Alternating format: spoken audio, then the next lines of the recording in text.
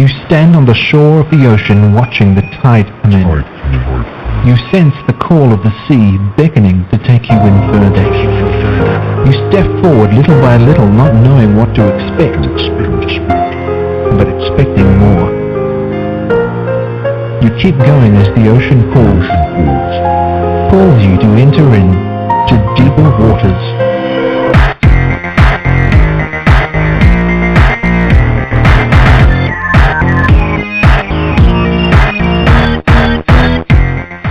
Hello everyone and welcome to the Deeper Waters podcast. I'm Nick Peters, your host, and we're seeking to bring you the very best in Christian scholarship and apologetics. Now, it was as I was preparing things for the month of January and booking guests as quickly as I could, I suddenly realized, oh my gosh, I usually cover abortion in January and I haven't done that yet.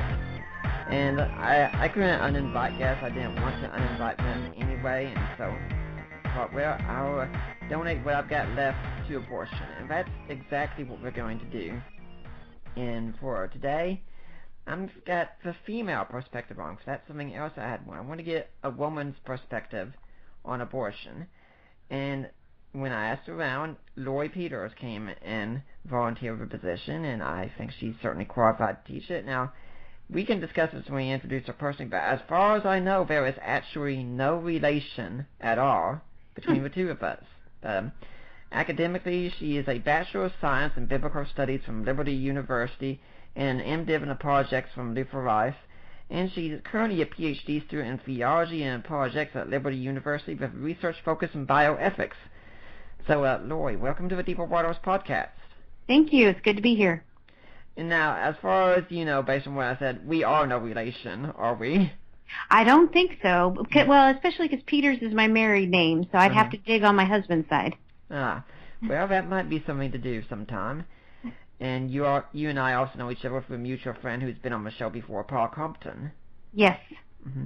Now, tell us a little bit more about what you're doing and how you got to be doing it. Well, I am a chapter director for Ratio Christi at the University of New Hampshire. I'm also the regional director for Northern New England. I started with Ratio Christi about 3 years ago, and it's kind of a funny journey how we started on that path. I went back to school to get my Bible degree. I'm a worship leader, and previously I studied economics and math, and a lot of churches were asking me where my Bible degree was as a worship leader, so that's why I went back to school. But it was through doing the Biblical Studies program that I fell in love with theology, and I had also been studying apologetics on my own time prior to that. So my husband and I both decided to go to graduate school. He went to Biola and did their science and religion degree, and I went to Luther Rice to do the MDiv in apologetics. While we were doing that, our family kept asking us, why are you doing these degrees and what are you going to do with them? And we said, because God wants us to, and we have no idea. So it was about towards the end of both of our programs, we kept ignoring these emails from the school talking about Ratio Christi, but I went on a mission trip to Guatemala. Not my first mission trip, not my first time out of the country, but during that week, God really started to move. Kevin was here with the kids, and we both knew God was about to do something fairly dramatic. When I got back, we started exploring what that would be. We looked at going to Africa to teach at a Bible college there. We looked at going to Guatemala and Spain with AMG, but none of it had to do with apologetics. We just were exploring those options, and God kept closing the doors.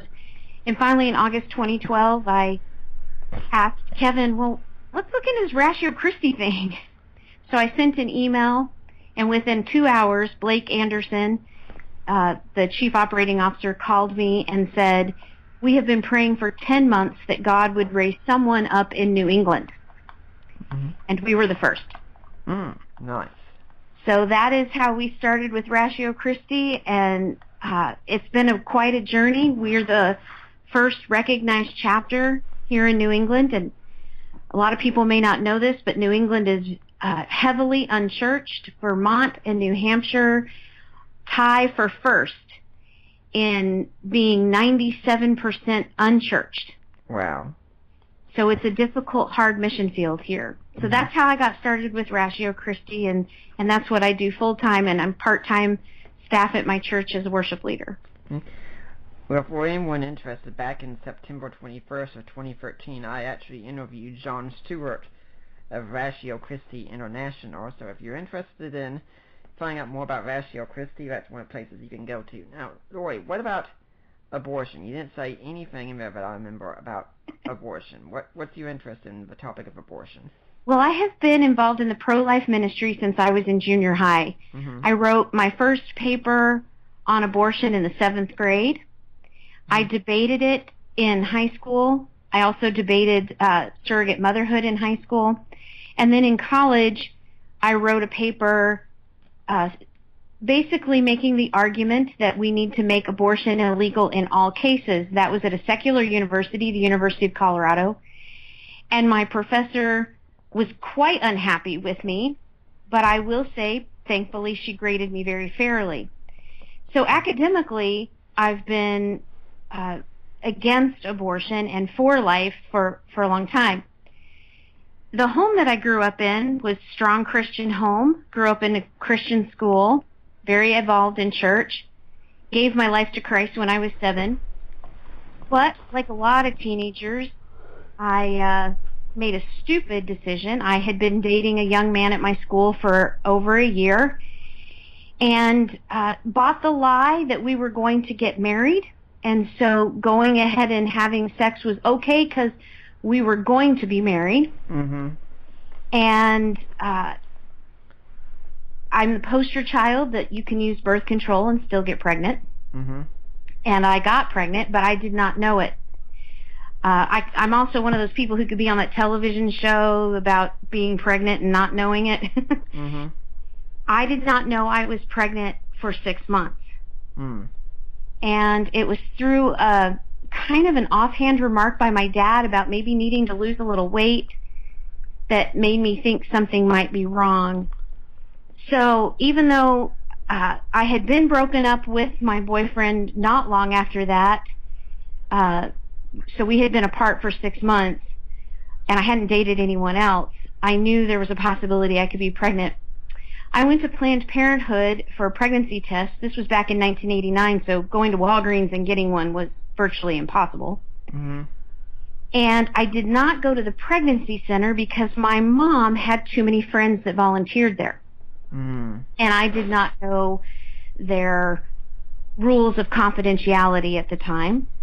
So I went to Planned Parenthood, and sure enough, I had a positive test, and I knew how far along I was. And the counselor said to me, well, the kind of abortion that you need to have is a saline abortion, and it'll cost about $1,500. And I remember thinking, I do not understand the words you are saying to me. And I said, I just can't do that. I have to go to work. Because I was on my way to work. And I walked out. It was just about 2 weeks later that my parents found out, and we went to the pregnancy center for help and counseling, and they were wonderful, absolutely wonderful. The biological father of my son wanted to be involved. He really wanted to be more involved in my life than my son's life, and I knew that that wasn't the right decision, so I did not get back together with him, and we moved forward in deciding if we were going to raise our son or if we were going to give him up for adoption. And it's a whole long entailed story, but I won't go into all those details, but I did decide to raise my son, who was born 5 weeks premature. His name is Brandon, and he was a beautiful little boy.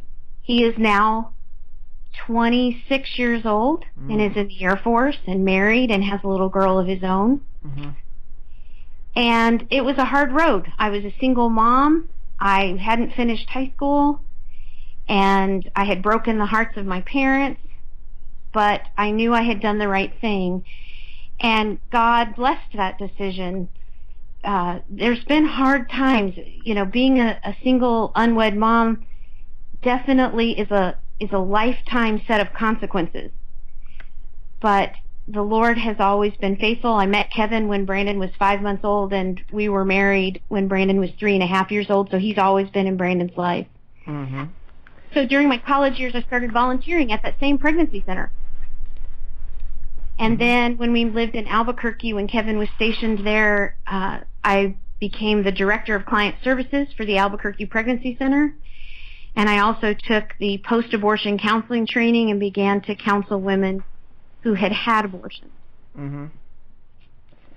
Well, that's one of the things that you're not really sure what to say to our in response. One thing I was thinking was I have some friends of mine, and they recently got engaged, and I talked to the guy from time to time in this couple, and one thing I did say was that, be very careful here as you prepare to get married, because I think when you're engaged, that's one of the times that temptation can really be one of the strongest, because you could say, oh, I'm going to get married anyway, so what's the big deal? Mm-hmm. And it really is a big deal. It is a very big deal. Uh-huh. And for all who are wondering, it is doable. My wife and I waited. It's very much doable. It's not meant to be an easy path, but it is still a doable path, and it is a worthwhile path. I have no regrets in the area. Absolutely. It is very doable, and there is such a blessing, I think, that the Lord brings on a couple when they do wait to make that just such an incredible bond and part of the oneness that the Bible speaks of. Mm-hmm. Now, when we start talking about abortion also, I believe it was, in fact, just yesterday that we had the 43rd anniversary of Roe v. Wade. Now, when I say that Roe v. Wade has been around for 43 years, what goes through your head when I say that? I think about the lost generation. Mm-hmm. There are more children killed by abortion than all the U.S. soldiers killed in all the wars of the United States. Mm-hmm. Dwarfs. 50 million versus 1.1 million. Yeah. And I think about all the heartbreak and all the loss and how incredibly disappointing it is to the Lord that has gone on for 43 years. And yet, the interesting thing is, a lot of times when the Supreme Court makes a decision, even a controversial one, as the decades go on, it becomes more acceptable. But on this issue, the fight continues just as vociferously as it did 43 years ago. Mm-hmm. And also, when we're about this, I didn't watch it, but I did see a clip, say, of Obama speaking. A lot of people are sharing us on Facebook about how we've been celebrating freedom and rights for women for 43 years. Did you happen to see that clip? And if you did, what did you think of it? If you didn't, what do you think about what I've said about it? Well, I didn't see the clip. I saw the headline, an attachment to the story, but I didn't see the actual clip. The funny thing that I think is just really incredibly dishonest about that is that it's not freeing for women. And let me explain why. In a series of Supreme Court cases, it has been ruled that women are not required to be given the medical disclosures that they would be given for any other outpatient procedure. Even in states where they require an ultrasound prior to an abortion, most often the abortionist will turn the ultrasound away from the patient just so that they can say they did the ultrasound, but they know how it'll affect the woman. So it's not freedom. Women are really deceived, not just by the rhetoric of the movement, but even one-on-one in the office of the abortionist. They are deceived. They are not told the risk factors. They are not told the gestational age of the baby. They are not told the development of the baby. And I don't think that's very freeing for women. I think that's incredibly deceptive. Honestly, my first thought, and it went back to when Obama recently did this whole gun control executive order, when he started talking about, we are losing all these children, was crying. Yes. Now, I'm not saying whether his tears are sincere or not, but as soon as he said that, I thought, Yeah, what about all the children we're losing to abortion? You have any tears for those? Right. I agree with that. It was very hypocritical, Mm-hmm. especially when gun violence doesn't even take a fraction of the children that abortion does. Mm-hmm. And that could even be on a daily basis. Yes. Now, when I also heard him talk about being freeing, I thought it was the exact opposite as well, and for another reason, where first off, let's say a simple fact that a lot of women, because of abortion, are not being given the freedom to live because they're murdered right in their mother's wombs. Yes. And they are, and that's the other interesting thing, that the feminist movement refuses to acknowledge, that for their right as a woman, they are willing to take away the right to life of another woman. Mm-hmm. And there's a complete deception in their mind, a delusion that that is still okay when it is far from it. Mm-hmm. Now, the other way I thought that this was not freeing for women is because I think every woman knows out there when she comes of age and such that most any man will say or do anything just for a chance to get sex. Mm-hmm. And if he knows that there could be serious consequences, such as for a woman getting pregnant because of this and nothing that can be done about it, well, he might think twice.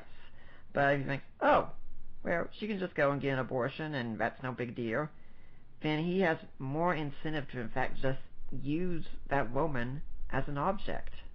That's right. Mm-hmm. And, there has always been, even prior to abortion being legalized, mm-hmm. this, double standard that it's the woman who's responsible for not getting pregnant, it's the woman who takes care of the birth control, just that freedom for the man. And you're right, there are a lot of men who use women, use sex, they don't care about the consequences, and there's a lot of them who will pressure a woman to have an abortion even if she doesn't want it. In fact, most of the women that I counseled in the pregnancy center, both those who were not considering abortion and those who were, and the ones who had an abortion, almost every one of them said that the father was pressuring them. Mm-hmm. And I do think it's because abortion is so easy and so readily available that men think that way. Mm-hmm. But the flip side is, there are men out there who are opposed to abortion. Right. They're not opposed to premarital sex, but they're opposed to abortion. And we've told them they don't get a say. Mm-hmm. And so there are post-abortive men out there who have lost children that they would have preferred to raise. Yeah, I had Dee Warren on the show last year who gave her testimony of having had abortions in the past. And we talk about how there are ministries out there to counsel women who are grieving abortions. I think Rachel's Vineyard might have been one of them.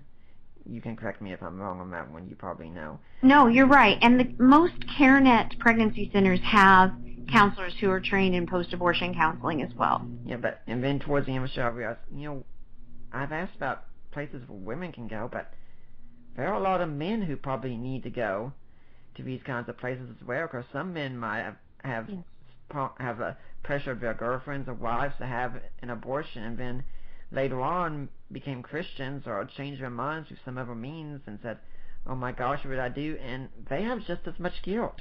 Yes, they do. Mm-hmm. And a lot of times, the pregnancy centers will meet with the men.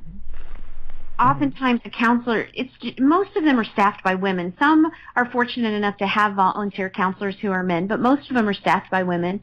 But in that particular case, usually the counselor will bring in a male member of the board or the staff who's also been trained in the center, but maybe not in post-abortive counseling, but to be there as a man. There are men who have taken the training and can also be there, but I tell you, it's one way men could get involved, is to be trained counselors, not just in post-abortion, but in crisis counseling as well, because we don't have enough men to meet with the men when they come in. let's go on and answer that kind of question right now, then in case I forget later on. If a man wanted to do that kind of thing, where would he go?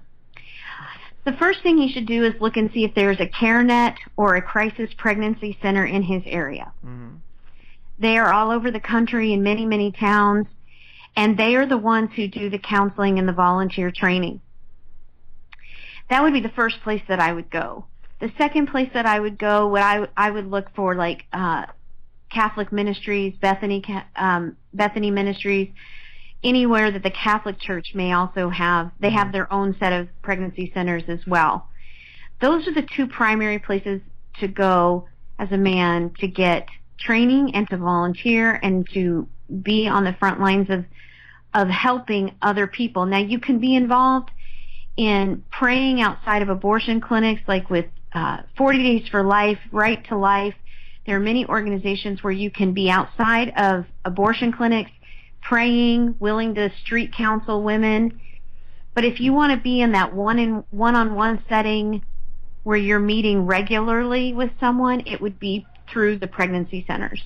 Now, to be sure, since you mentioned Catholic organizations, there's, in fact, no requirement that you be Catholic No. to do this kind of thing. Right. No. Now, when we're talking about this also, I've been reading a book by Francis Beckwith, who we're working on getting on the show. For those of you out there interested, in fact, he sent me this book wanting to be on the show, so it's a good possibility you're going to see him on here sometime, about taking rights seriously. And one thing he says is we usually make a mistake in the abortion debate with people, that we make it a religious argument, when really it isn't. Correct. What do you think is meant by that? Well, first of all, from a scientific standpoint, there is a distinct, completely genetically different individual at the moment of conception. Mm-hmm. There is no debate there. Mm-hmm. There's no argument that at that moment there's a complete, unique, individual human being. So scientifically, that's been dealt with. Mm-hmm. The second issue that comes into play is if that human being is a person, which we can talk about separately later. Mm-hmm. But I think that this is an issue that talks about how do we take care of the human race, mm-hmm. and what is the best legal and reasonable way to take care of the human race. Mm-hmm. And that isn't a religious argument. Right. It's an ethical argument. Mm-hmm. Now, when we're talking about this, some people say, well, geez, a lot of churches have these strong positions, though. A lot of Christians do have these positions. And yes, that is because we do, in fact, have some theological views, but our views aren't just based on something like, well, the Bible says, therefore, or church tradition says, therefore. Our arguments are very metaphysical and scientific arguments that anyone could make. And many of the arguments you'd make, an atheist could make the exact same arguments, couldn't they? They absolutely could. One of the areas that they could argue that would be what makes a person. Now, this is a philosophical question. Is a person made up of the sum of its parts, mm-hmm. or is a person made up of a substance? And I think if you went out on the street and asked somebody this question, is a man who lost his arm in the Afghanistan war still a person? Yeah. They would say yes. Yeah.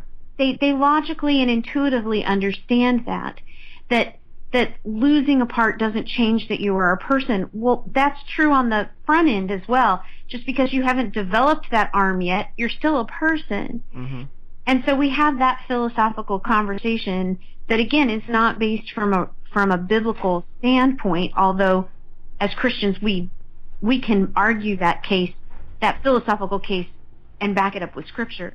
Mm-hmm. But I also think you've got to ask the legal questions. What gives you the right to take an innocent life? Mm-hmm. What is your driving force or your motive for allowing abortion on demand at any stage, which is 95 to 97% of the abortion? Mm-hmm. And do we as the human race have a right to to do that based on whatever motives we have. And I think there can be a legal argument that no, you can't do that to another person walking on the street. You shouldn't be able to do that to a person simply because they aren't outside the womb. Mm-hmm. Yeah, I've said before on my own Facebook feed that we sometimes talk about the Canaanite culture in the Old Testament, about how wicked they were, and we can also get into debates about, was it wrong for God to order the destruction of the Canaanites and such? But when we talk about how wicked they were, one of the practices that comes up is child sacrifice. Mm-hmm. They did, and I've said, what they did was wicked and evil, but we can say when they sacrificed their children, they did it for the good of the harvest, for the whole of the community. Yeah, it didn't work, but that's why we're doing it. Today, we sacrifice our children at the altar of convenience. We're even worse than they were.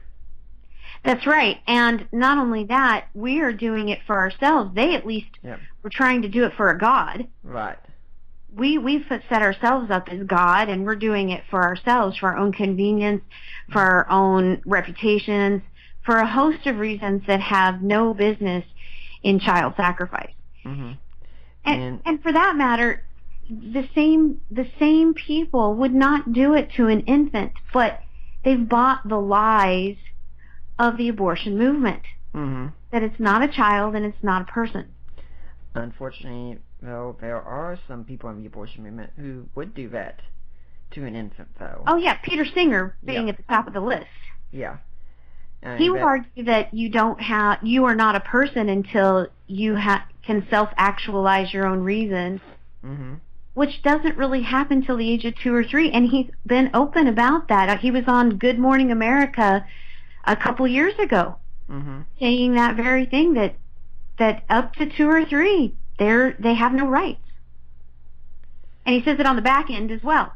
If you have dementia or some kind of cognitive disease or physical disablement, then you don't have any rights either. Yeah, I'm sitting here listening to something. What do you say exactly when you just hear something that it just blows your mind? I mean, I'm thinking if you're talking about, we just said, for instance, cognitive disorder and such. My wife and I are both on the spectrum with Asperger's, and I just can't look and say, would he look at both of us and say, yeah, you don't really have rights and your lives aren't worth living? Well, he would probably make a judgment call mm-hmm. on that. Because you can live independently and you can think and reason, he'd probably be okay. But let me give a different example. My grandmother, who had a genius IQ, she was the vice president of a bank at a time when women did not work in the 50s and 60s. Mm-hmm. And she did people's taxes when she was retired. She was the one people went to with their most complicated tax problems. She developed vascular dementia. Mm-hmm. And it was extremely sad to watch. Well, when she got towards the end of her life, she couldn't remember that my uncle had died 30 years before, and she'd think she would see her mother and things like that. And yes, Peter Singer would say, we should go ahead and euthanize her. She is a drain on society. She's mm-hmm. a drain on our medical resources, and she's going to die anyway, and she can't even remember what she ate this morning. So yes, we should euthanize her. Yeah, once again, it's kind of a position that words can't even begin to describe what I think when I hear that kind of thing.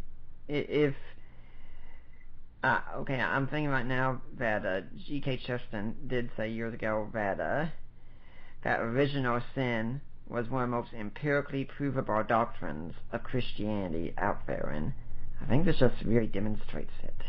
Yes. Mm-hmm. Absolutely. And I think, what I will give Peter Singer credit for is he does follow the logical conclusion of his own viewpoint to its mm-hmm. end. Right. And he's bold about it. Mm-hmm. Of course, I don't understand why somebody like him is allowed to continue in the position that he holds, because it's morally and socially repugnant. Mm-hmm. But he is at least honest about it. I think most people, though, do not understand that when we devalue life at the beginning, at the very moment that new life is formed, we devalue all of life. Mm-hmm. And it leads to things like euthanasia and the Holocaust and infanticide and a host of other atrocities. For those who don't know, Peter Singer is the chair of bioethics at Princeton, isn't he? Yes, to me that sounds like an oxymoron. Yeah, I remember watching O'Reilly with my parents several years ago, and well, he said he was going to be talking with a professor who was angry about the bombings going on in Iraq because of innocents being caught in the fire, and thought, oh, this will be interesting. Next thing I know, the professor he's arguing with is Peter Singer.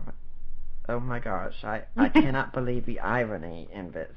Yes. Well, I use when I teach on personhood to students, I use his clip from Good Morning America in my presentation, and they ask him right up front what he thinks about personhood, and I'm astonished that at a, really what is a coffee type level news show, it's not even really news, he came right out and said these kinds of things, and most of the students when they hear it are just appalled and shocked that he was so open about it.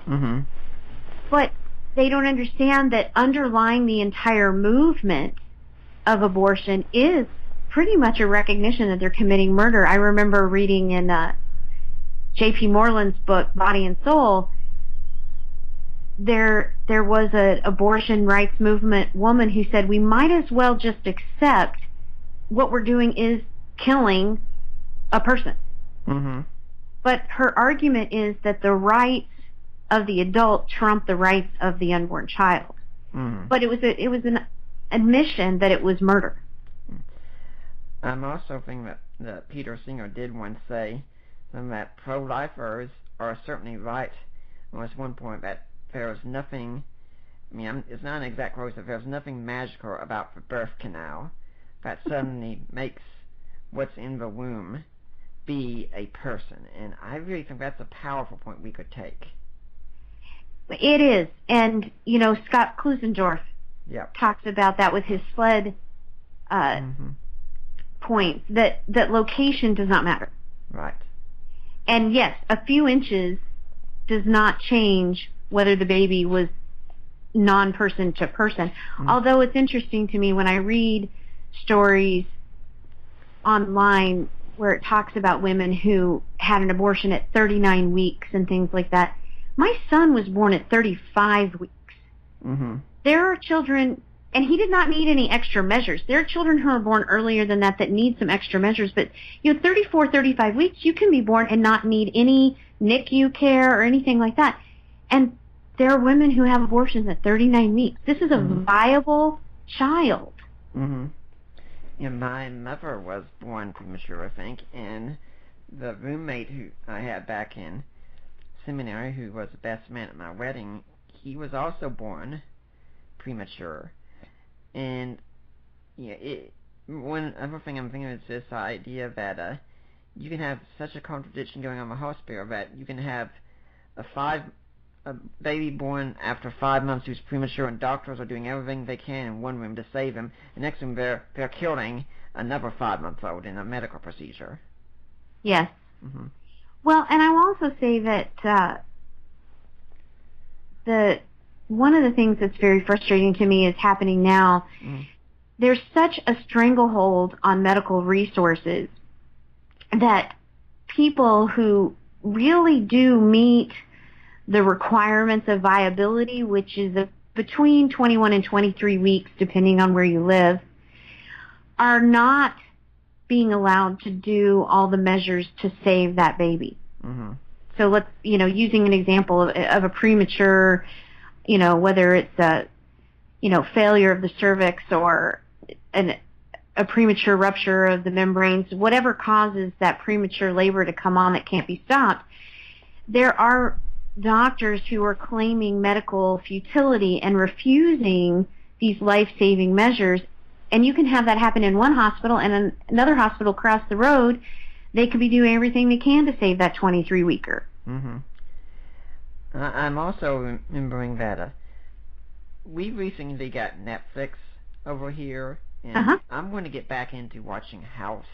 Yes. Again, because I used to thoroughly enjoy watching that show. And yeah, there are a lot of things I like about House's personality. Not his rabid atheism, but I really liked a lot of the way he handled things, no nonsense, things of that sort. And there was an episode I did watch up to the end of the 5th season, so I'm on the 6th one now. There was an episode, the 3rd one I think it was, with a lady who was pregnant and there was something wrong with the baby, and House was wanting to just abort, and if you're saying your life is in danger, and she kept saying, I don't care, I'm not going to abort. So they had to do an operation that would, in fact, affect the child somehow. I don't remember all the details, but you can see him in a room doing the surgery and such, and all of a sudden this tiny little hand reaches out and just clutches his finger there, and he just freezes, and he'd say,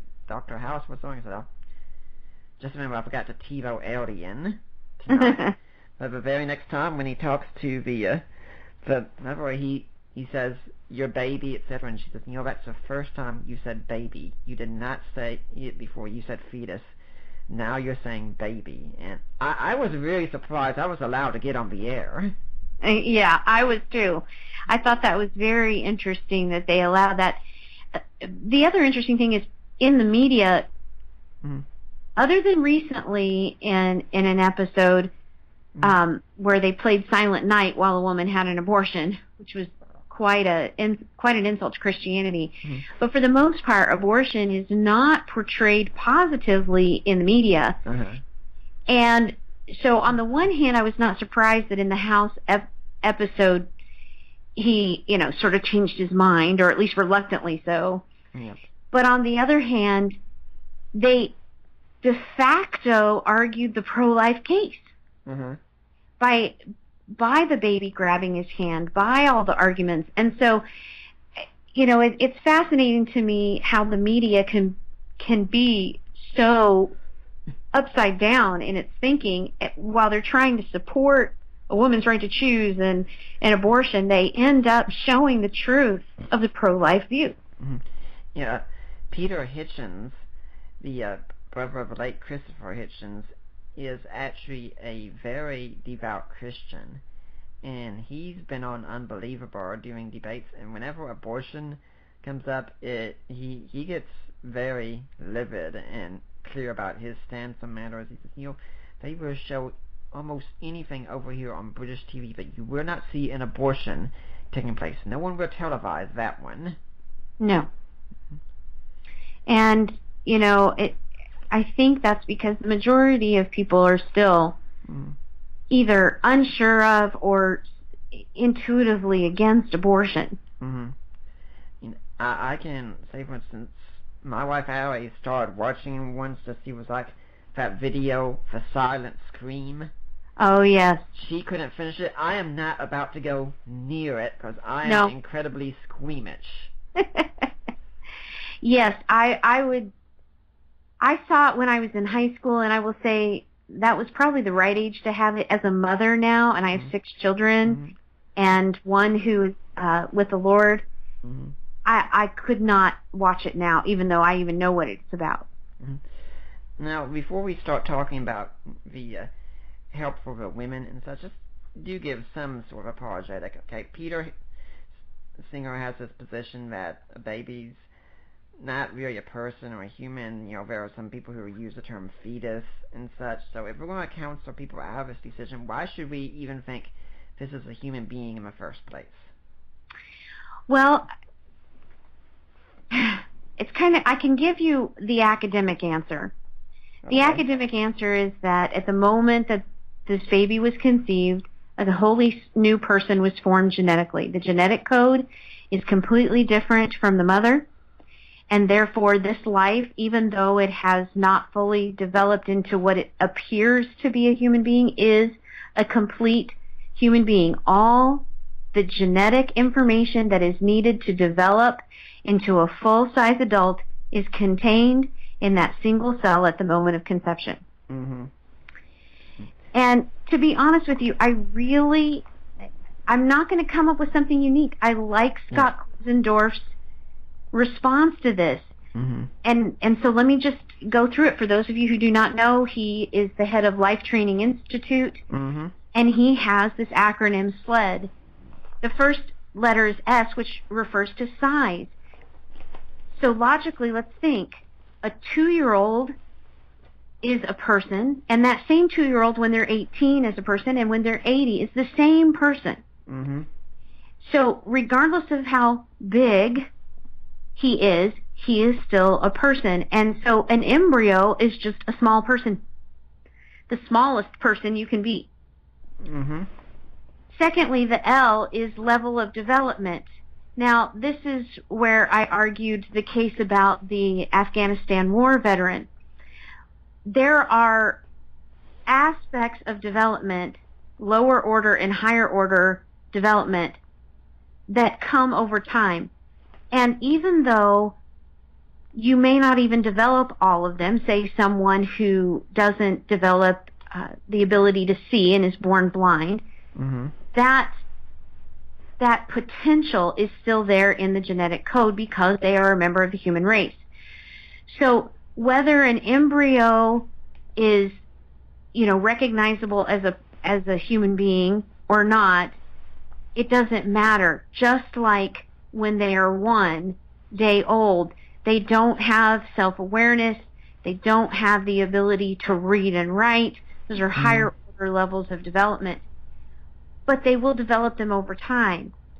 So level of development doesn't matter. The potential for development, even if it's not fully developed, it's still there because of being a member of the human race. The third letter is environment. And this is what we were discussing about the birth canal not being, some kind of game changer and making a person a person. Whether a baby is in the womb or out of the womb, they are the same baby. Something did not dramatically happen to their genetic code or to who they are when they came through the birth canal. Just like the same baby, whether they're in a crib or they're in an adult-sized bed, it doesn't change the fact that they are a person. And then the last one, and this is the one that most pro-abortion people will argue, and that is dependency. You hear the argument all the time. Why should I allow this child to remain in me because it's wholly dependent on me and sucking my life away? And that is just ridiculous, because we don't kill children or adults or elderly people simply because they are dependent on someone or something. Just like somebody who is dependent on vitamin D because they don't absorb enough of it and they have to take vitamin D every day. We would not say, well, we should just kill that person because they're dependent on a medication. We don't argue that take it out of the human world.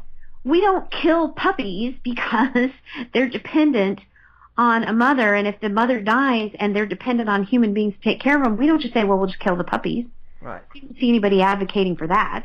And so that last letter in the SLED argument is degree of dependency.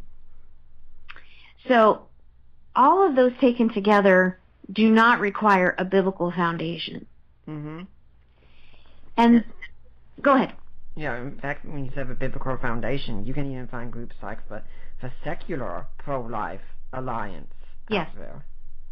Yes, you absolutely can. And there's also Feminists for Life, which is not a Christian organization. They're women who are feminists, but they are pro-life. Now, let's give some pushback, though, because a lot of people in my audience will know a lot of counter-arguments. Some people will say, well, what about the process of twinning? I mean, persons don't twin, but some embryos in the womb do twin. So what's going on there? Well, again, you still have now two genetically different human beings from the mother. They might be genetically the same when we're talking identical twins, but they are still wholly different from the mother. So the arguments are all the same as far as the mother is concerned. Mm-hmm. And, you know, when they're born, then that becomes a whole different ballgame. I have several sets of twin friends who are identically the same, but personality-wise they are not. Oh, yeah.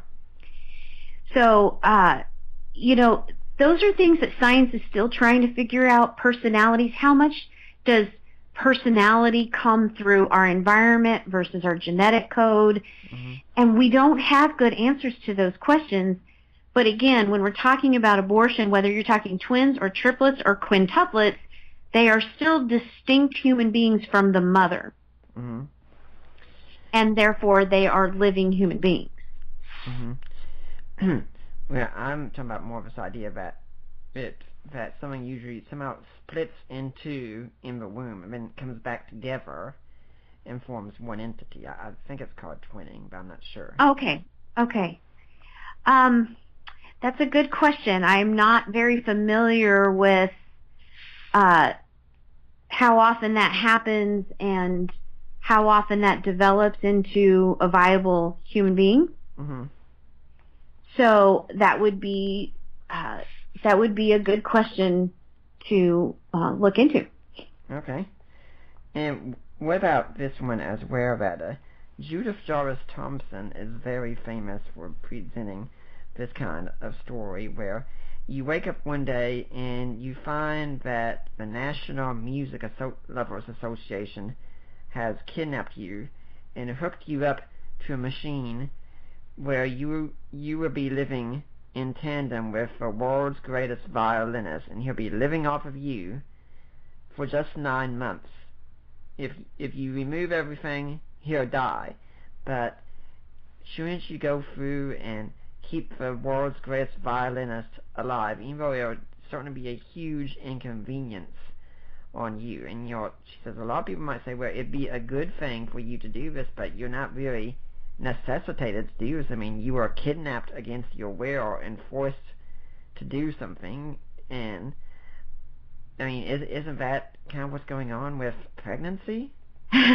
Well, first of all, you're not kidnapped into pregnancy for the most part. Mm-hmm. Now, we can argue the cases of rape and incest separate from that, but let's deal with the majority of pregnancies. Yeah. Mm-hmm. Are women who have chosen to have sex, mm-hmm. knowing the risks of getting pregnant, even using birth control. Mm-hmm. So I would say the premise of that thought experiment fails from the beginning simply because you're not kidnapped into being pregnant. Mm-hmm. But even so, once you are pregnant, you have relinquished your right to live as any way that you see fit. Mm-hmm. And we see this all the time. We drill it into mothers: you cannot smoke, you cannot drink mm-hmm. while you're pregnant. There are laws against using illicit drugs while you're pregnant. You can see commercials on TV that have one like if you're pregnant or you may become pregnant. Exactly. So we as a society have already said, look, once you're pregnant, you're out of luck. You cannot abuse that child just because you think it's inconvenient to quit smoking. Mm-hmm. So that's the first part that I would argue against that whole thought experiment. Mm-hmm. Because you're not kidnapped into it, and you simply give up your right to abuse yourself, to abuse that helpless child. But you said that's the first thing you would say. Is there anything more you'd say, or? Well, generally I would just attack the premises of it. Mm-hmm. Because you get into too much arguing over the value of life. And so I don't want to get into whether it's the world's greatest violinist or if it's the homeless man on the street. Yeah. They still deserve life.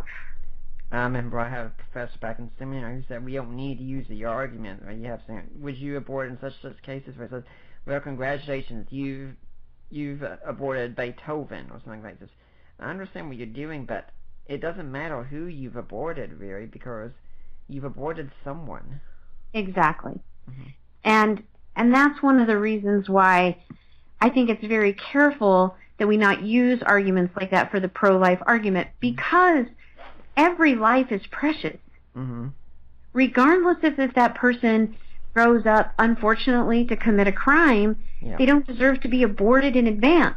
Mm-hmm. When you talk about that thing about that you usually are willing that if you have sex, you have to be open to the consequences, because you'll meet several women. I mean, I've seen it sometimes. She says, yeah, I consent to sex, but I did not consent to get pregnant. Well, that's part of the problem. Part of the problem from separating sex from its intended purposes. Mm-hmm. And I think Francis Beckworth talks about it in the book we were discussing earlier. What is the purpose of sex? Well, there's more than one, but one of the purposes is reproduction. Mm-hmm. The other is to bond a man and a woman together in a conjugal relationship. Mm-hmm. And when you separate those two and just make it about the third purpose, which is pleasure, right, then you have all those unintended consequences and problems, and that's where we are. It has become all about pleasure. Right. Therefore, people say, well, I didn't want to get pregnant. Well, sex was never intended just for your pleasure. Mm-hmm. It was intended to continue the species. Yeah, it's kind of like saying, yeah, I consented to shake that person's hand who has the flu, but I didn't consent to get the flu. Well, that's one of the consequences if you do something like that. Or, like back in December of 2014, I think I had the worst possible flu you could have.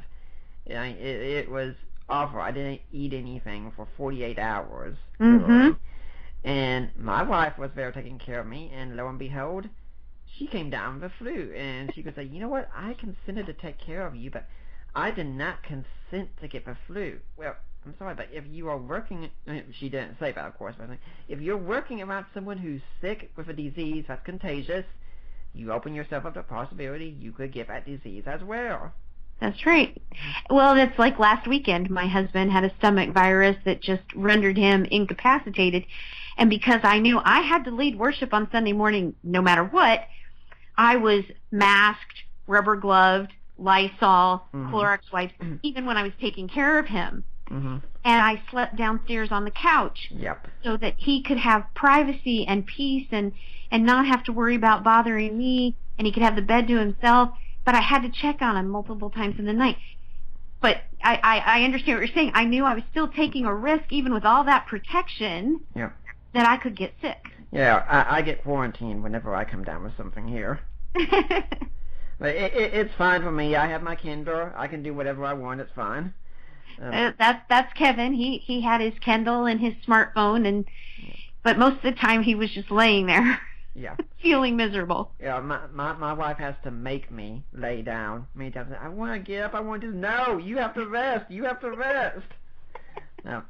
And when you were talking about the purpose of sex, I think this is something that we also miss so much in our culture, because you turn on a lot of the sitcoms and shows and such today, and it's just like sex is just this great extracurricular activity that you do if you just want to have a lot of fun with someone of the opposite sex.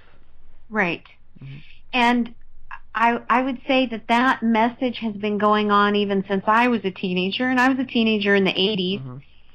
And it was all about, if it's something you want to do, you should do it. It'll be good. Mm-hmm. And then there was the second lie, which was, and you can protect yourself from STDs and getting pregnant. And and I cannot tell you the number of teenagers that I have counseled about birth control and how it doesn't protect you from getting pregnant, and how there are STDs that a condom does not cover or take or protect you from. And they're always shocked that, oh, you mean just using birth control is not going to keep me safe? No, it's not. I remember hearing years ago, Adrian Rogers, preacher at the time, said that if we wanted to deal with all the health crises and such in our country, just to live our lives by what's said in the Bible. And, he's right. I mean, and you don't even have to be a Christian to hold something. You could be an atheist again and say, I'm just going to hold sex only with a person that I'm married to, and we could avoid so many of the STDs in this country just by doing that. You know, I think one of the most educating experiences in my life was when I became the director of the pregnancy center. I had to go through all of the training for all of the aspects, the maternity home, the abstinence education, counseling, all of that, so that I could train others. And when I went through the abstinence education program, it was very blunt about STDs. Oh, we had graphic pictures like you wouldn't believe. And the consequences of getting pregnant, the consequences of abortion, and always from like an apologetic standpoint. This is the decision, here are the pros and the cons. Right. And it was always interesting to watch the students who would go through that training in the public school system in Albuquerque get to the end of the week, and they would realize that abstaining from sex outside of marriage was the best option. And all you had to do was tell them the truth. And that's something that Planned Parenthood doesn't do, but the pregnancy centers do. If you want to know about all your options, don't go to Planned Parenthood. They're going to give you one option, and if you ask about the others, they're going to downplay your ability to choose one of the other options. In a pregnancy center, they will tell you you have an option to raise your child, relinquish your child, or abort your child, and here are the risks of all three of those decisions, and here are the positives. You get the truth when you go to a CareNet center on abortion. You don't get it at Planned Parenthood. I can guarantee it, and they don't tell you the risks, especially. Yeah, when you're talking about the importance of abstinence and teaching these Sherman, I just get amazed at, and I'm speaking from a Christian standpoint here as well, that so many people look at us and say, well, you're just prudes when it comes to sex, and you're just anti-sex. And I just want to look and say, look, I'm a married man. I am in no way anti-sex. And if you want proof of that, read my blog also and see some of the things I've written on it. It's no secret that I think this is something wonderful.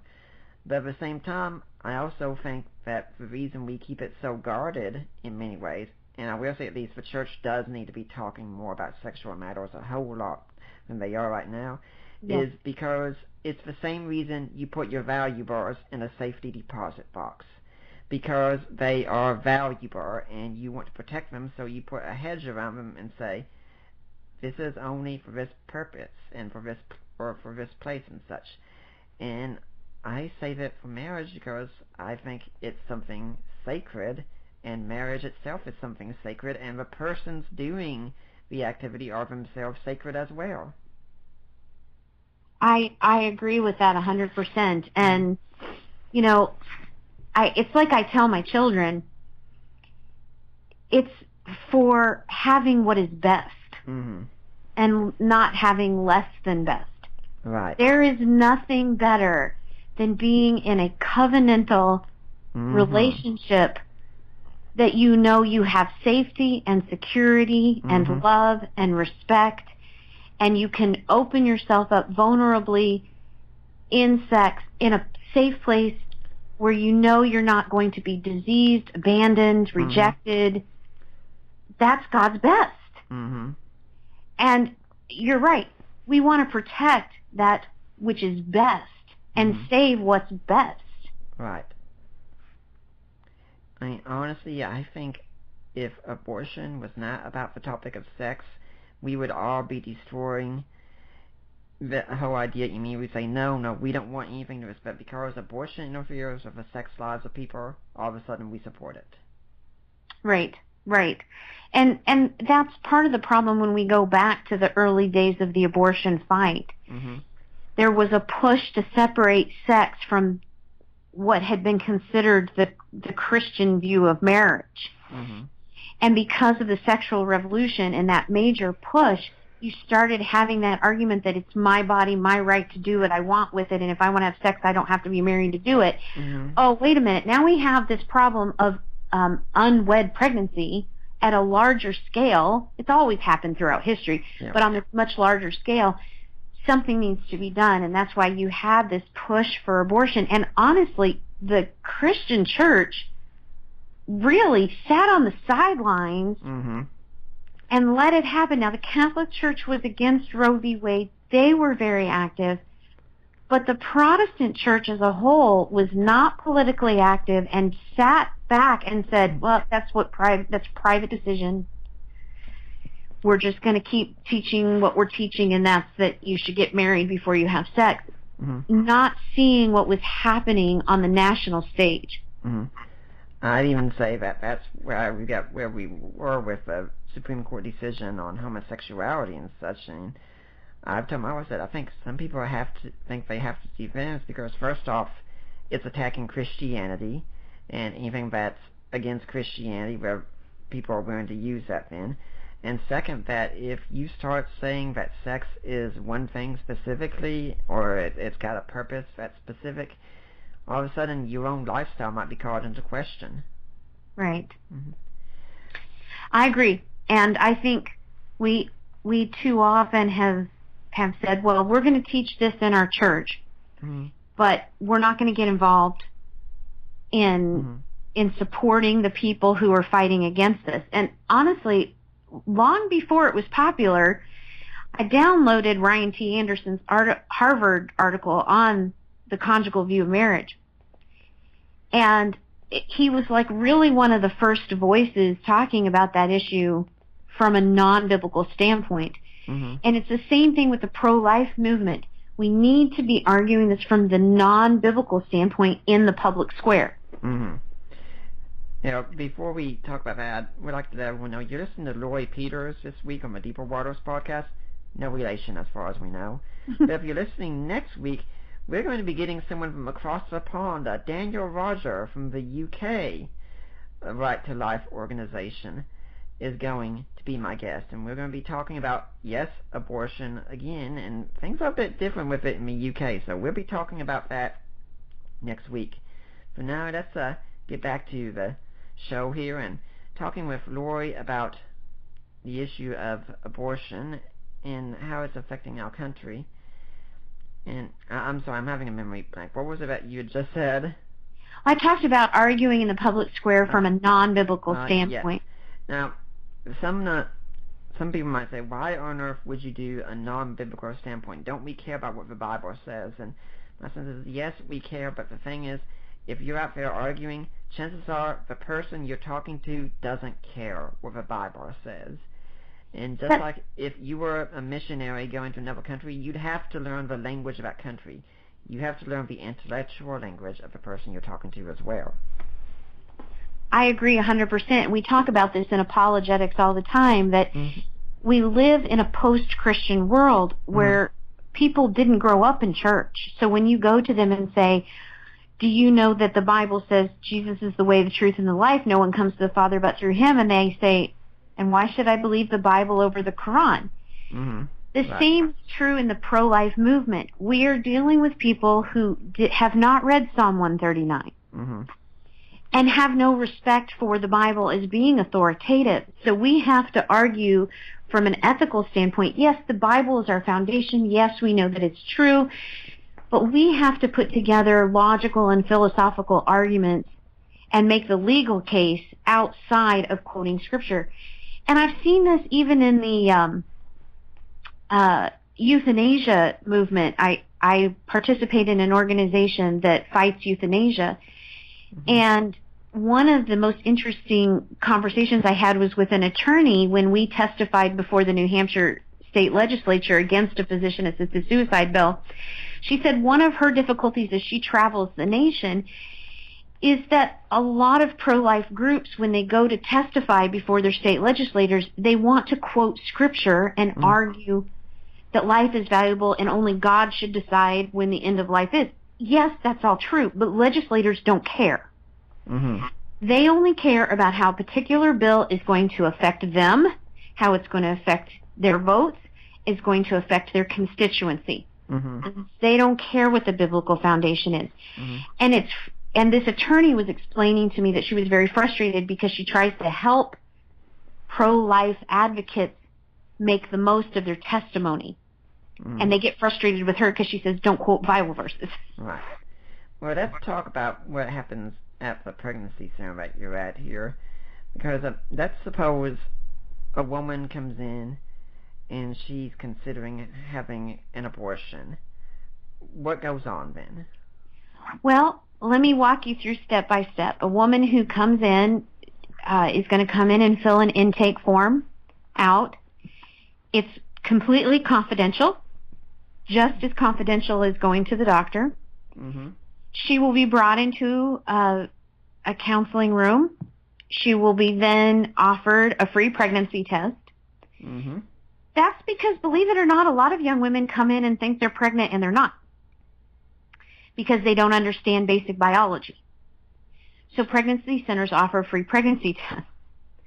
Once the test has been shown to be positive, then the counselor, again, one-on-one, privately, will ask what this young woman is thinking about doing.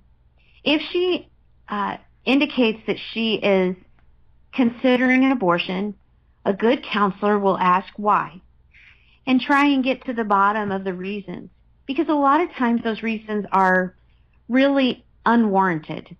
Mm-hmm. Fear of what other people will think, fear if it's a teenager that mom and dad will kick them out of the house, fear that they won't be able to finish school or continue working. And a lot of those just need to be talked through. If she continues to say that she wants an abortion, then a counselor will go through all of her options with her, as we discussed earlier. Mm-hmm. And usually there's literature to share with her the risks of having an abortion, the physical and emotional risks.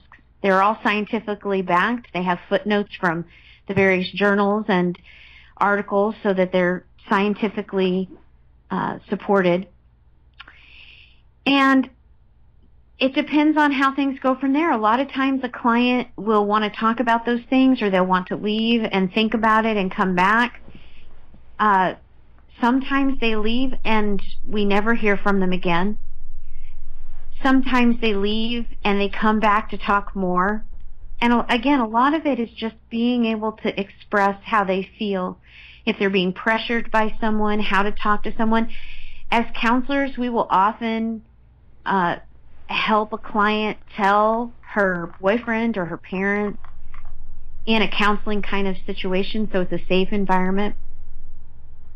And if she chooses to have an abortion, we always tell her before she leaves that if she decides she needs help after that, she can always come back and get help after she's chosen an abortion.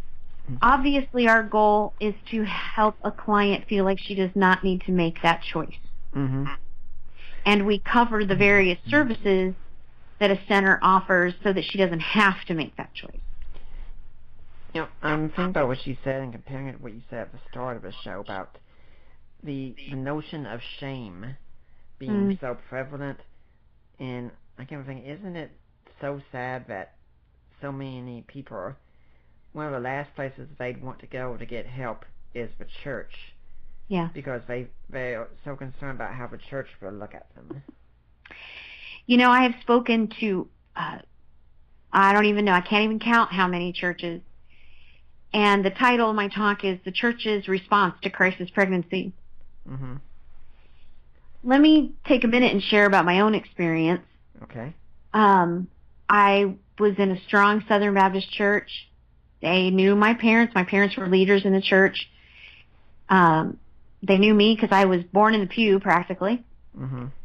And when I got pregnant, and I didn't choose to go live in a maternity home in secret and come back, and I didn't choose to give my child up for adoption, there were people who really pressured my parents and me to get married.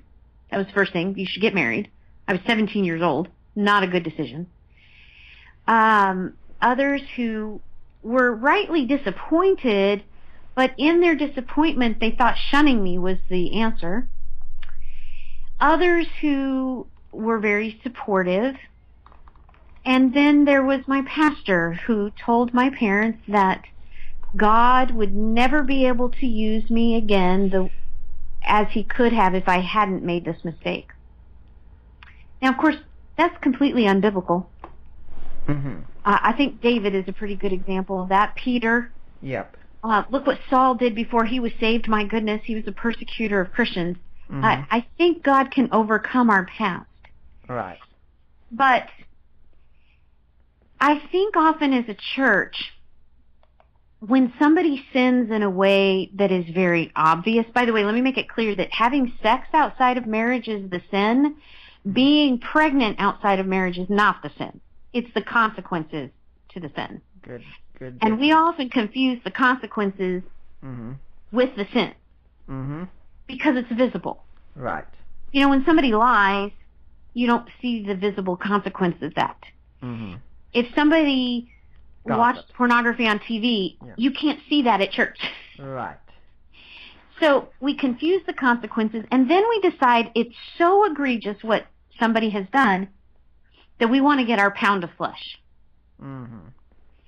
And really and truly, if you look at not just Matthew 18, but if you look at the biblical principles in the epistles for church discipline, that is the job of the pastor and elders. In my case, that would have been the job of my youth pastor. But it's not just your regular church member's job to exact punishment and ensure repentance. Right. It's the leadership's position. In my case, I had been repentant for 6 months before I found out I was pregnant. It was what ended the relationship, was my repentance. Mm-hmm. And so in my case, it was just a verification of where I was and what we were going through and where I was with the Lord. But I didn't need to stand up in front of all 700 people at my church and talk about it. But that's often what we want to do.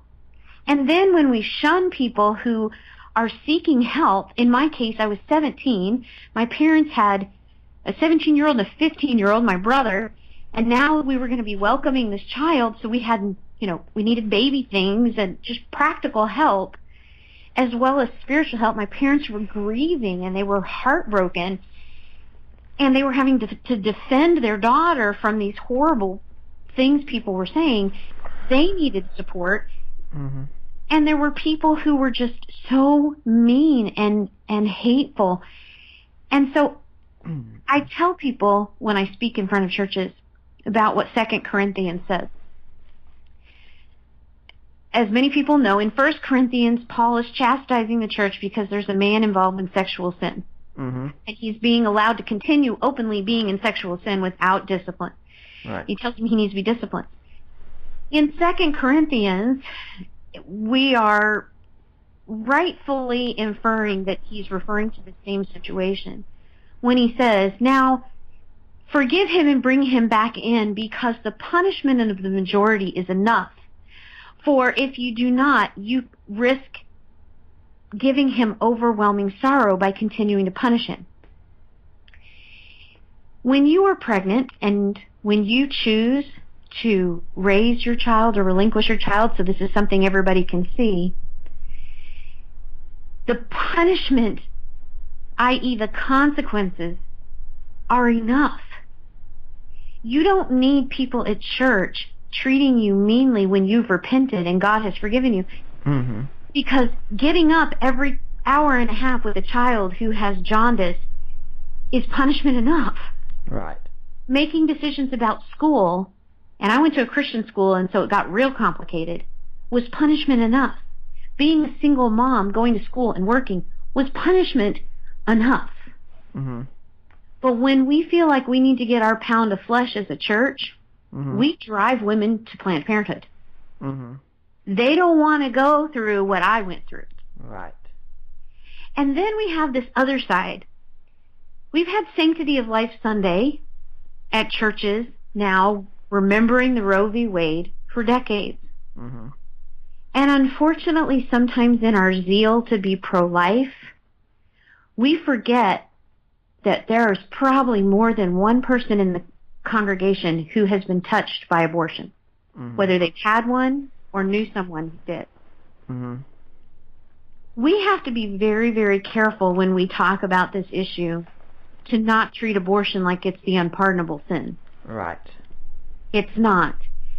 we need to provide compassion and understanding, because we did not walk through that woman or man's shoes at the time that they made a decision. We need to show that God brings grace and love, mercy and forgiveness, and there can be intense healing of the guilt and sorrow. Yeah. When we look at the life of Jesus in the New Testament, one thing that strikes me is that, did Jesus often get tough with his opponents? Yes. Did he preach, in some cases we could say, fire and brimstone? Yes. Yes. Because no one said harder words on sin than Jesus did. No one took a harder line on the issue than he did.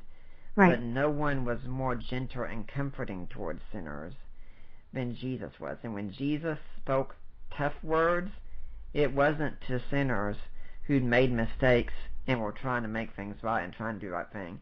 It was to the religious people on the outside who were putting extra burdens on those sinners. He had nothing but tough language for them. And, the Pharisees, for the most part, we could look and say they would be seen as good people back in their days. Most of us would have loved to have had a Pharisee for a neighbor. We'd love to have one today. But their attitudes towards those who were struggling to do the right thing were yet sinners was the problem.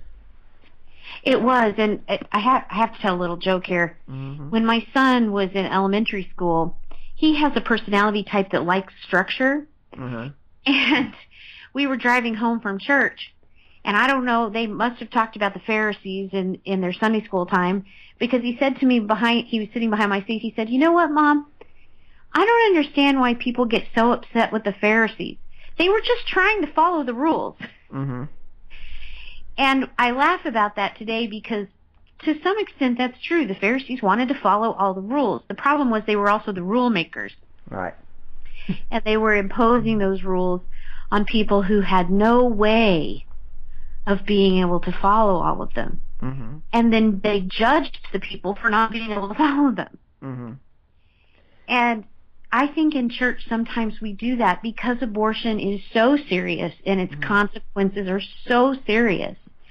And its effect on our society is so serious that we sometimes are harsh to people without even realizing it who have chosen to have an abortion. And all that makes them want to do is shut down and never tell anybody and never seek help. This past Sunday, Paul Compton and I did he interviewed me on ways to be pro-life on Sanctity of Life Sunday. And I started off with this very thing, that at least one person in this room has been touched by an abortion, and I'm here to tell you that Jesus loves you. And Jesus forgives all sin. And that this is a place of compassion and mercy and healing. And if you need someone to talk to, if you need somewhere to get healing, come see me, because all we want you to do is to live a joyful life in Christ and not one of sorrow and guilt. Yeah, because unfortunately once you've committed the sin, there's no going back. No. You can't undo any sin, so adding further guilt onto that isn't going to help. Now, if someone doesn't know they've done something wrong, then you're going to need to stress that. Yes. And get them to see that. But if they already see they've done something wrong and they're trying to do the right thing after that, you're just pouring salt on their wounds. I would think most people at your church should have, they should have rightfully been sad that premarital sex took place and you got pregnant as a result, but they should have been rightfully celebrating, but she's letting the child live and she's not having an abortion, and we are going to support this child. That's exactly right. And I think that the church has done better in the 26 years since my son was born. I still think we have a long way to go. Because, again, our self-righteousness tends to get in the way of the righteousness of Christ on these kind of issues. But I do think the church as a whole is generally doing better. There's an acknowledgement that we need to be openly discussing this. There's an acknowledgement that premarital sex is really at an all-time high, especially among young people under 25. It's almost an accepted way of life. Mm-hmm. The hookup generation is rampant. This idea of using Tinder and other social media apps just to have a one-night stand. I mean, I couldn't have fathomed that when I was in high school.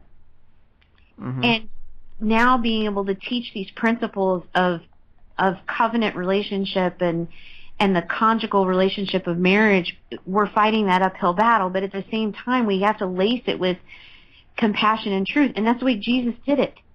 Mm-hmm.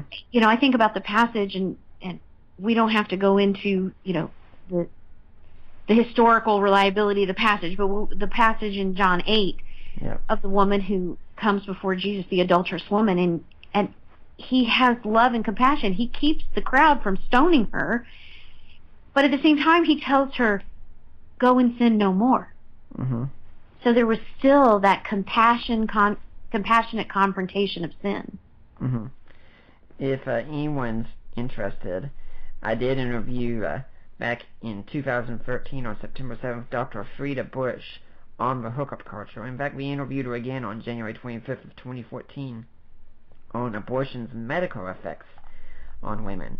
But at this point in the show, I'd like to remind everyone that what we do is, down here, it's listener supported entirely, and we really depend on listeners like you to keep us going.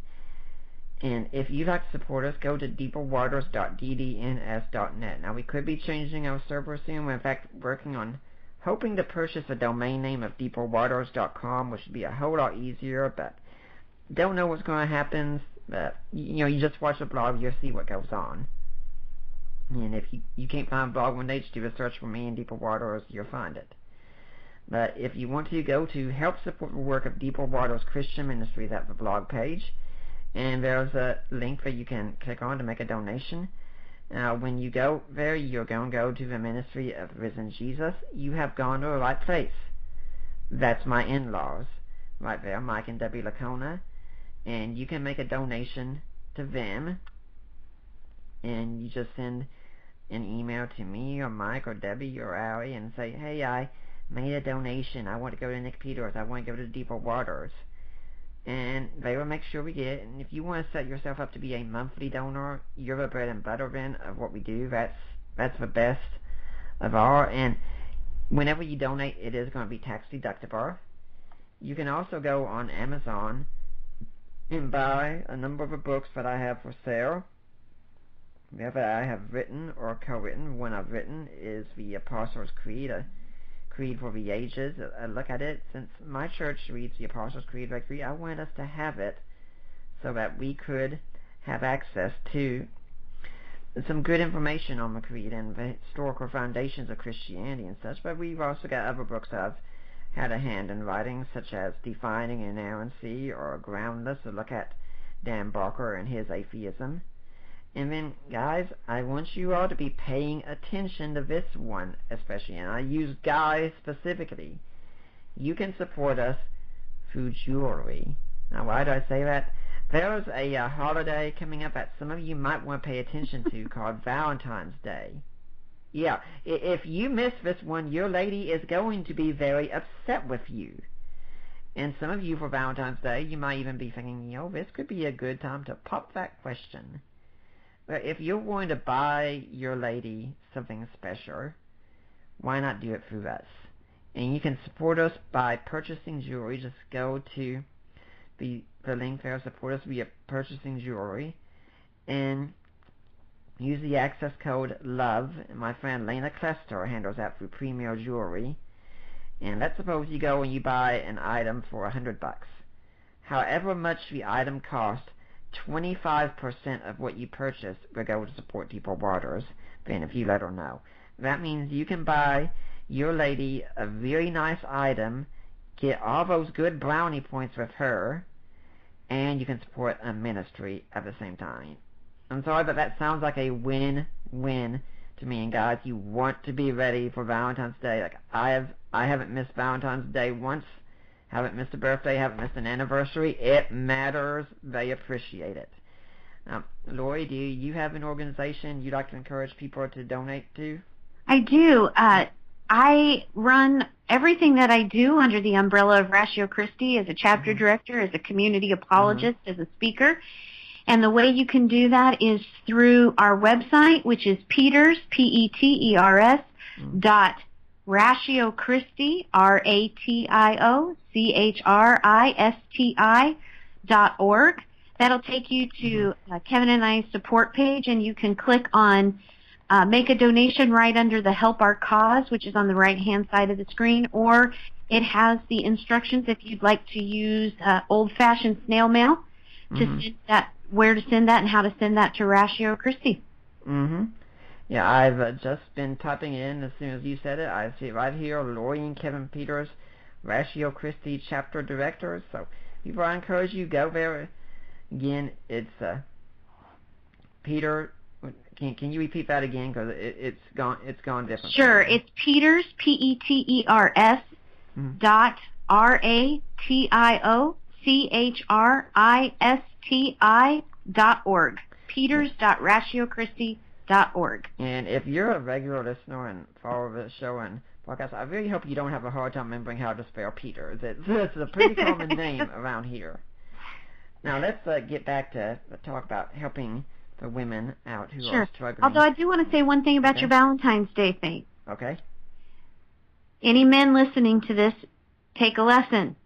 My husband has a triple whammy on Valentine's Day. It is my birthday, it is Valentine's Day, and it is the day he proposed to me. I can tell you that of all people in this world, he would be the most in trouble if he forgot. But even so, for other women, it's important even just to be remembered. A note, a card, a letter. It is important to be remembered on that day. Yeah, I think Michael Bird in his book How God Became Jesus said something once about forgetting the anniversary of him and his wife, and saying something like his wife had indicated that the slaughter by the angel of the Assyrian soldiers would be mild compared to what would happen if he ever forgot again. I can understand that. So now a woman comes in, and what are the kind of reasons that she's hesitant usually to not go through the pregnancy all the way, and what do you usually say back? Well, the biggest reason is that they will offer is fear of how their life is going to be forever changed. Because they weren't planning to have this change at that point in their life. So one of the things that I would often say is that many times in our life, we have unexpected surprises. Sometimes we have somebody show up from out of town that we weren't expecting, and we invite them into our home and have a good time with them. Sometimes our flight gets canceled and we're very upset about not getting out, and yet it gives us another day to vacation where we are, or to spend time with loved ones before we leave. So life is full of unexpected surprises. Yeah, if I could jump in here with something that came to my mind when you said that, is my own wife has this kind of thing happen because several years ago she actually did have a suicide attempt, and she hasn't been shy about this because of some guy who didn't seem to want anything to do with her anymore and just didn't want to deal with it at that point. And while she was in recovery, she started communicating with another guy who a friend had told this guy, yeah, you should try and talk to her. She really needs someone right now. And so she started talking to this other guy, just not really wanting to do anything with him, especially because he was a total nerd, and who wants that kind of nerd and such. And yeah, you know where this story's going. She ended up marrying me anyway. So yeah, things happen that you just don't expect. That's exactly right. Yeah. I mean, in my own life, when I had Brandon, I was at the beginning of my senior year. He was born at the end of August, and my school did not know what to do with me. I was the very first girl not to have gotten pregnant, but the first one who chose to raise her child and not relinquish their child for adoption. I was the very first, and they did not know what to do with that. And what they chose to do was not to kick me out, because they knew they didn't have biblical grounds for that, since I had been repentant by that point by 8 months. But rather to have me finish my credits by homeschool and then let me graduate in the spring. Well, I only needed like 3 credits to graduate, and I finished the work in like 6 weeks. And I actually started college under a program for honor students. And so I was disappointed that I wasn't going to get to go back to school. But at the same time, by January, I had already taken several college classes. I was enrolled for a full semester, the second semester. And it was a friend of mine that said, look, you're in college. Why don't you go to the Baptist Student Union? Now it's called Baptist Collegiate Ministries. And I said, oh, okay, I will do that. I wouldn't have done that if I'd still been at high school. And that's where I met Kevin. So, you know, we have things happen in our lives that seem to be disappointing and tragic. Right. And having an unplanned pregnancy can be one of those things. But it's our decision to make the best of it. Right. And there are options. If you choose to raise a child, particularly in a pregnancy center setting, a counselor will be there through the whole process, can even be your birth coach if you need one. We'll help you with parenting classes, practical needs like car seat, stroller, clothes, diapers. If you need a place to live, because your parents did kick you out, which, by the way, almost never happens, but sometimes it does in very dysfunctional situations. There are places you can live. There are places you can go. There are families who will open the doors for you. There are so many resources for single moms today, far more than there were 25 years ago, to continue your education, to find a job, to go to college, to be successful and really overcome the stereotype of being a single mom. If you choose to, you'll carry to term, but you just don't want to raise the child because you can't see that, there is the gift of adoption. And we can walk through that process with you. We can connect you with the adoption agency that will walk through that with you. There are so many options today for open adoptions where birth mothers have a part of the life of their child so that they're not completely isolated or closed off like closed adoptions used to be. But if you want a closed adoption, that's available as well. So there are so many more positive ways to respond to an unexpected situation, and people who will walk with you and walk alongside you through that process. Yeah, there are so many couples out there that are childless, and they're good people, and they would love to take in a child. I mean, I've known some people who I've seen online who they've met someone who's considering abortion, and they say, look, send the kid to me. I'll take care of the kid. I mean, no questions. All they want to do is save a life. That's right. That's right. And I will say that there are a lot of positives with adoption. There are a lot of bureaucratic nightmares right now with foster care. And there are families who would love to adopt children from foster care, and the red tape can make that a little prohibitive. And that's a sad thing, because there are a lot of families out there who will take any child. Yeah. But particularly with a newborn, piece of cake. There are so many people who are waiting, loving, stable couples who can really give a child a life that maybe a woman can't, or maybe a woman wants for her child to have God's ideal of a father and a mother in a marriage together. You know, I think one of the most beautiful pictures of Scripture are all the verses that talk about us being adopted, sons and daughters of God. And I think over the years, adoption has become a more positive option, but in the past it was not. It was hush-hush and secret and shameful, and you didn't tell a child they were adopted because that was bad. But really in Scripture, it is rejoicing and beautiful. And I think we should take that attitude with adoption. If God has adopted us into His family so that we are co-heirs with Jesus Christ, we should more than be willing to support adoption in our own culture, in our own life. We can even remember that one of the Caesars who sat on the throne in the lifetime of Jesus was himself adopted. Yes.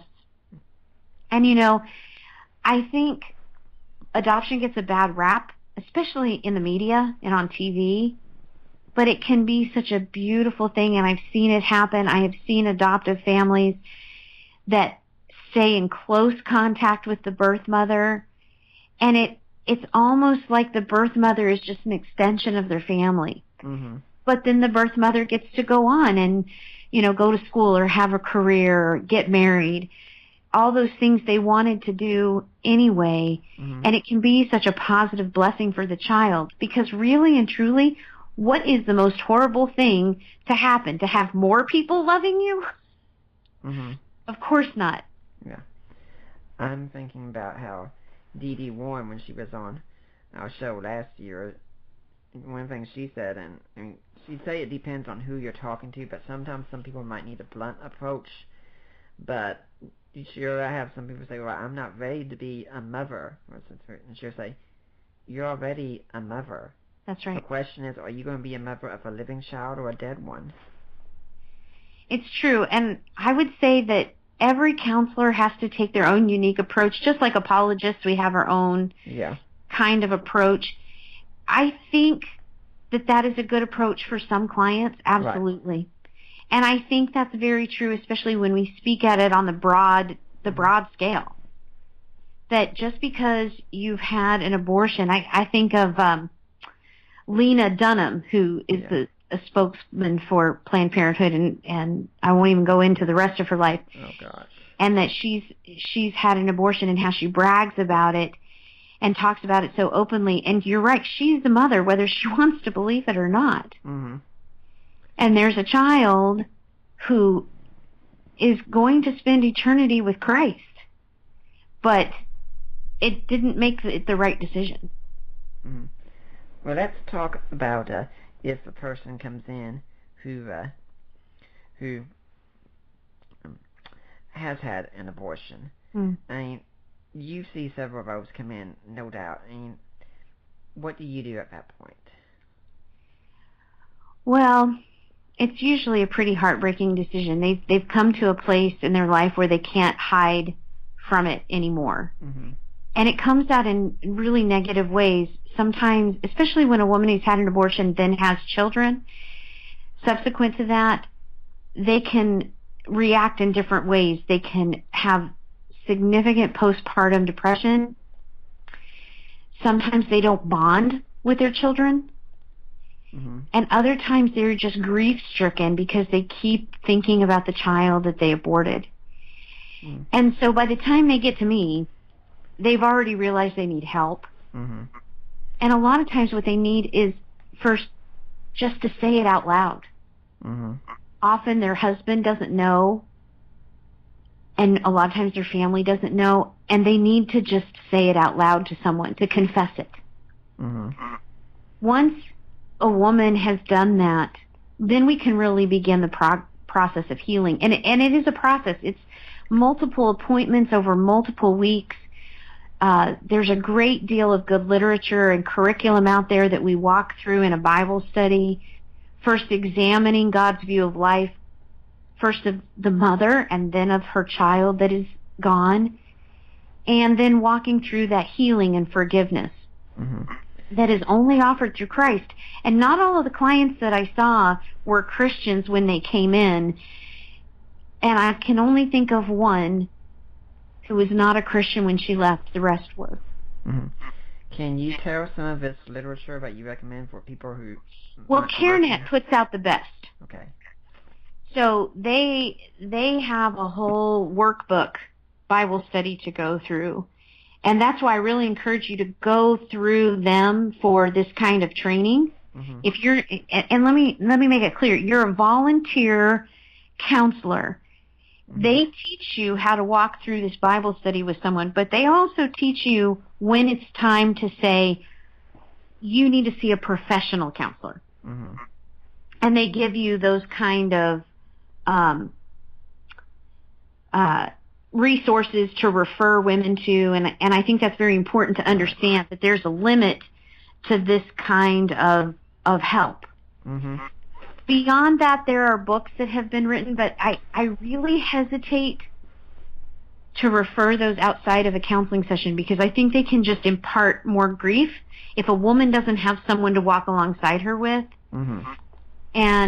And those stories can be more heart-wrenching than helpful because she needs somebody to help her through the grief process. Yeah. And one of the things we did at the pregnancy center was we would also have a time of the year where we would have a memorial service for women who had an abortion because there's no funeral. Mm-hmm. There's no closure that we have culturally to say goodbye. Mm-hmm. And we often encourage them to give a name to their child, even if they didn't know if it was a boy or a girl, to give their child a name and have a memorial service. Mm-hmm. I've even heard of cases where some women who regret the first abortion will have another one just because they think they deserve to be further punished for what they did. Yes, and women, well, a particular Irish study also found that young women in their late teens who have an abortion are 10 times more likely to commit suicide. Mm. And so you have those two factors, repeat abortions because they have incredible guilt and they think they don't deserve to be happy, or they've seared their conscience and they've become numb to that guilt. And then others who just are flooded with overwhelming grief and shame, and they can't face it, and they can't tell anybody. They don't want anybody to know, and it drives them to attempt suicide. Mm-hmm. I mean, when you hear about these kinds of things, and why, and I still keep going, why is it that other people don't tell about all these consequences and such? And the obvious reason is they don't want people to know. That's right, because remember, the bottom line is about money. Yeah. Planned Parenthood wants to make money. Abortion providers, private abortion providers want to make money. If you knew that you could hemorrhage to death, rupture your uterus, need a hysterectomy, damage the cervix, cause infertility, potentially, and I almost hate to say this out loud because somebody may just really slam me on this, but if you want the references, I can email them to you. The link to breast cancer and abortion. So you have these physical risks. Then there's the emotional risks.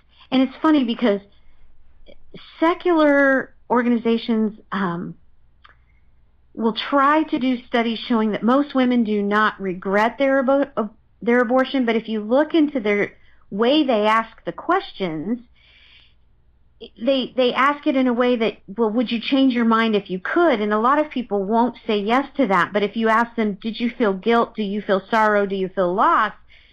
They'll say yes. Mm-hmm. And they don't want to ask those questions. Mm-hmm. So like the Guttmeyer, I just butchered the name on him. Yes, won't. You have to be careful looking at their stuff and really look at how they're asking the questions. Yeah. Because they don't want the truth to be out there. But if you look at the pro-life ministries, particularly Right to Life, they will have studies where they ask detailed questions, and you see the emotional and psychological consequences and risks of abortion. And for those wanting in on the medical perspective, what Lori's been saying is back to the interview I did with Frida Bush, including the link to breast cancer. So go there and listen to that if you want some more information at this point. But Lori, again, will have the information if you want to send it to her. And, when we're talking about the idea of the forgiveness and such that comes through, one of the things I tell people when we're dealing with stress and matters of that sort, it is amazing how much good theology can help someone out when they're struggling. And one of the things is we just don't have a good theology of forgiveness and grace a lot of times. It's true. I think, like I said earlier, we often focus on enacting punishment or making sure people understand the consequences of their decision, and we lack grace. Now, I'm not saying church leaders or a pastor or an elder doesn't need to have a sit-down and a one-on-one conversation, because we don't want people continuing in their sin. Right. But we need to extend far more grace than we do punishment. Jesus paid the price for our sin eternally. Yes, we have real-life consequences because we still live in a fallen world. Right. But we need to be pointing people to the forgiving grace and mercy of the cross and not worrying about so much, am I sure they're repentant enough? And I'd say, honestly, we don't have detectors to read their hearts and such. That's unless true. we have evidence otherwise that can indicate they're lying or something like that, give people the benefit of the doubt if they say they're repentant for something. That's right. And you know what? I think if we lovingly come around people who say they are repentant, even if they really don't quite understand that, or they aren't really repentant yet because they don't understand it, the love of the body of Christ can help in that sanctification process. If they know that there are people who are around them that love them, they're more likely to be accountable to them. So even if they're not fully aware of what they've done, I think that love and grace of the body of Christ can help them along that journey, rather than if we're enacting punishment, we're more likely to drive them away and into non-repentance. And unfortunately, the church has gotten that reputation.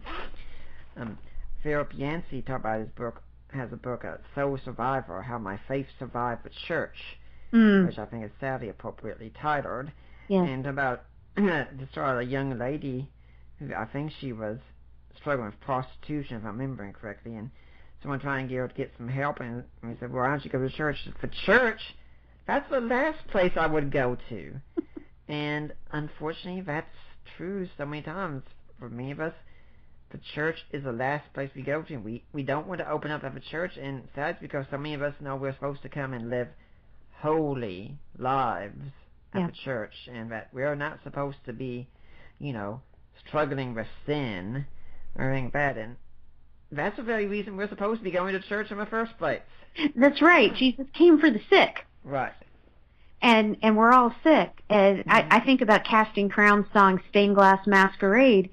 They address that very issue, that I'm faking it with a smile. And what would you do if I really told you where I am and how I'm struggling? We'd freak out as a church. But I will, the sad thing is this, is there are a lot of bad apples as far as churches are concerned that have earned this rightful reputation of not to go there. Right. But it affects those churches who are doing it well. And if someone was, listening today and they were asking, well, that church down the road, I know how legalistic they are. There's no way I'm going there for help. Look for another church, because for every church that's doing it wrong, I can tell you there's a church that's doing it right, who wants to love you. But guess what? Even the church that's doing wrong, they're filled with people who are just as broken and need help and need Jesus just as much as anyone else. Well, if we're talking about the people out there listening, let's get even more personal now. Let's suppose there's a woman out there who's listening to this show, who's had an abortion and is just struggling with guilt over this, maybe even suicidal for all we know. What if you have this woman here, generally, what would you say to her? I would tell you that Jesus loves you and that I love you, and you do not need to carry the negative emotions of grief and sorrow, guilt, shame, whatever they are. You don't have to carry those. There is someone who loves you more than anyone else in the world and wants to heal your heart, who wants to bring joy back into your life, and his name is Jesus Christ. And all you have to do is come to him and seek him. And you can do that through picking up a Bible and reading, I would say particularly the book of John. But you can find that in a pastor. You can find that in a Christian counselor. You can find that at a CareNet pregnancy center. Mm-hmm. There are people who will help you in that search for forgiveness and to seek joy and to find true happiness in Jesus Christ. Mm-hmm. And again, there are organizations out there like Rachel's Vineyard and others that are specifically geared to help women with this struggle out there. Yes, there are. Because a woman who has chosen abortion, there are millions others who have chosen it as well. Mm-hmm. And we think of it as being a private thing, but really and truly, it's not. Mm-hmm. There are more women who have experienced abortion than we probably want to admit. Mm-hmm. And just to make sure we're not forgetting, we have to be consistent. Now let's go and suppose there's a man out there who's taken a part in abortion. And he might be married to the girl right now, he might not be, we don't know, but he's struggling with just as much guilt. What do you say to the man specifically? I would say that there is a way to receive respect and forgiveness, because right now, if you're a man who participated in abortion, you are probably feeling like you're disrespecting yourself, that you are not proud of your decision, that you feel like you let down the responsibility of being the leader in the relationship, and there is forgiveness there. My goodness, the Bible is full of stories of men who failed God and failed the women in their lives. And God used them, brought them to repentance and forgiveness, and there is healing. And honestly, for both men and women, you need to confess your sin. You may have confessed it to God, but honestly, from a psychological standpoint, you need to seek help and tell that to another person, because secret sin is so destructive. And there's help. Yeah. I really like to also, I know something different you said, that when you talked about what you'd say to a man, you made sure to emphasize the respect aspect, because I think a lot of women just miss that this is something really huge for men, that we speak in terms of respect far more than we speak in terms of love. It carries a whole lot more currency to us. We would rather have the women in our lives say, I respect you, and show it, than say, I love you, and show it. It's true, and I think particularly for men, and let me address this issue, men who did not want the woman in their life to have an abortion and she chose one anyway, that is, to me, one of the hugest ways to disrespect a man. A man who wants to care for his offspring and is forced to give up through death their offspring, that is incredibly painful and disrespectful. And so I agree with you that men need respect. I think that is crucial in a relationship, but I think abortion at its core is saying, men, we don't need you. It is the ultimate disrespect of 50% of the population. So what would you say to a man out there who's struggling because he didn't want the woman in his life, whether past or present, to have an abortion, and she had one anyway? Because even though he hasn't really done anything wrong in that area, he's probably still got a lot of guilt there. What would you say to him? I would say you still need someone to walk through this with you, because you've had a child murdered. That is extraordinarily painful. Whether it was through an abortion or, a serial killer, it doesn't matter. Your child was murdered. And so you need someone to go through the process of grief, because you probably haven't been allowed to grieve. And you have a right to grieve and go through all the stages of grief, a right to have a memorial for that child, to say out loud that you have this child, and for others to acknowledge that you were the father of the child. And there can be great healing and restoration, but also you need someone to help you to forgive the mother of your child. We have to be brief as we're getting close to time and think about two different things. But I like what you said, that men have to grieve Now, because usually we're also raised in a culture where men are told to not be emotional, not show weakness or anything like that. And grief can be a kind of weakness for men, but they need to be able to be weak. Ironically, sometimes it takes a very strong man to be weak. Yes, yes. And God grieves over our sin. He grieves over the dumb things we do. If our own God can grieve righteously over those things, we can grieve. Mm-hmm. Now, if someone's looking for one of these centers around them, I mean, where would you suggest they go so they can go find that help? Well, I would go to Google, Mm-hmm. and I would put in CareNet. Uh-huh. When you go to CareNet's main webpage, you can put in your zip code or your address and find the closest location to you. Mm-hmm. Also, you can look up, the name just escaped me, Catholic Ministries, Mm-hmm. or you can go to your local Catholic church and ask there as well. But both the Catholic organizations and CareNet are working in partnership with each other these days.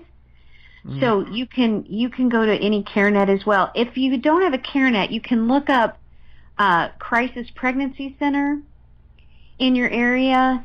You want to be very careful. You want to pick one who offers counseling services, and you want to look for somewhere that does not offer abortion services. And they do advertise that they do not provide referrals to abortion.